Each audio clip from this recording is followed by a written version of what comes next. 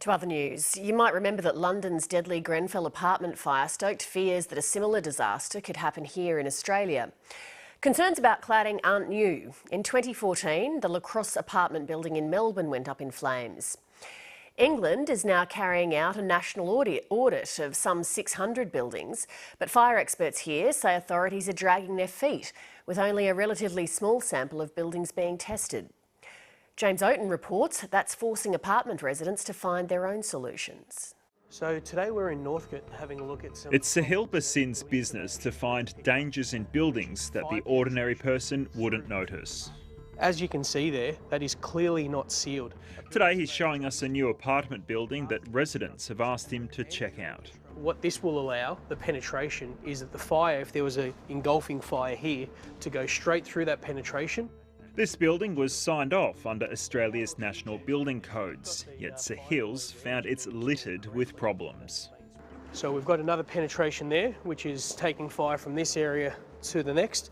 But Sahil takes us to another building to show us something his company can't check, the cladding. However, we don't know if this is combustible or if there's non-combustible material being used. So yeah, aluminium composite material can be a ticking time bomb if the wrong products are utilised, being combustible. So the least we could do is actually do an audit of all of our buildings to see which ones have got combustible material on them. Horrific fires at Grenfell Tower in London this month, and in Melbourne at the La Crosse apartment building 3 years ago, put pressure on authorities to uncover how many buildings are clad in unsafe combustible materials. Victoria's Building Authority responded to the La Crosse fire by auditing 170 buildings in the inner city. It found over half had cladding that was non-compliant. Since then, they've audited several dozen more.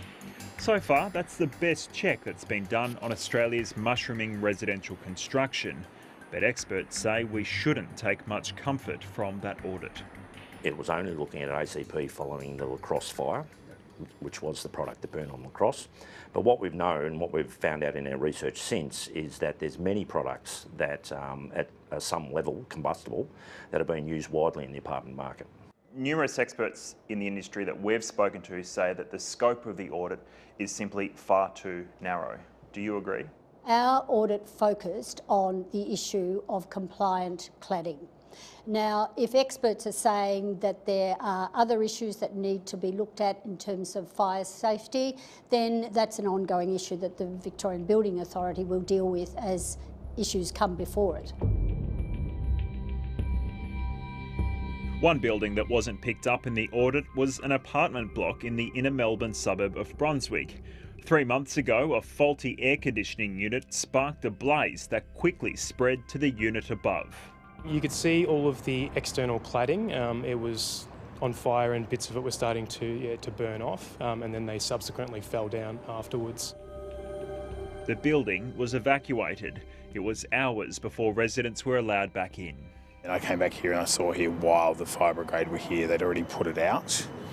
So I only got to see the next 6 hours as they managed the issues within the building. The fire didn't rate a mention in the media, but 7:30 can reveal that investigators suspect combustible cladding not suited for big apartment blocks is to blame. I think this is a case where a product that's commonly in use in a Class 1, your domestic homes, has been taken into the Class 2 apartment environment with little thought about what we need to do to assess whether this product is safe. Fortunately, unlike Grenfell, this complex has a sprinkler system. If it wasn't sprinkler protected, the fire would have been a lot greater. The residents believe they can't rely on the building approval system to ensure their homes are safe. So they've taken matters into their own hands and hired a fire engineer. A lot of people do need their concerns allayed, and the government needs to act to ensure that these apartments that have popped up everywhere, that they're all up to standard moving forward. So how many apartments like this might there be out there in Melbourne or other capital cities? Look, I think to answer that, the number's probably unknown. I'll be taking a pot shot to put a number to it. It could be hundreds, it could be thousands. So how are dangerous materials finding their way into our homes? Around the country, building inspections have been outsourced to private surveyors or certifiers. but they aren't required to be on site to check building materials, like cladding, at the time they're installed. And once the building's finished, they can't know what's been used. If there was an inspection of such, then the type of insulation could be identified, the type of cladding could be identified, but these inspections are not called for. Sounds like a big gap in the system. Oh, it's a massive gap in the system, and we believe that there should be more inspections. However, we don't believe that building surveyors should be the sole entities undertaking these inspections.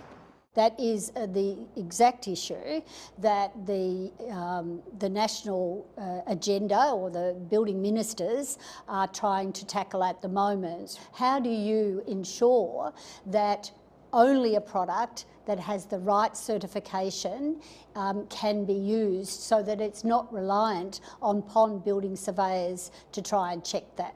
Isn't it the VBA's role to raise concerns when the system isn't working? And why hasn't this been done before? Oh, it certainly has been done.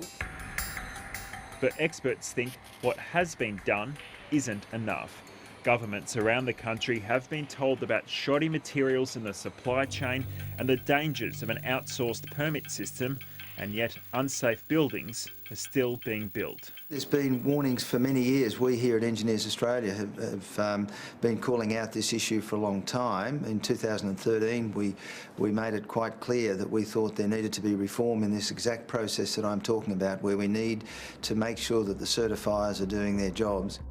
Engineers like homeowners, building consultants, surveyors and fire experts are calling the system broken. Policymakers are now scrambling to repair it. This is not a Victorian issue. I want to make that very clear. This is a national issue. The imperative of knowing that there is an impending disaster hasn't been there, so the governments, the bureaucrats, the processes that are in place just seem to tick along rather than having a sense of urgency about them.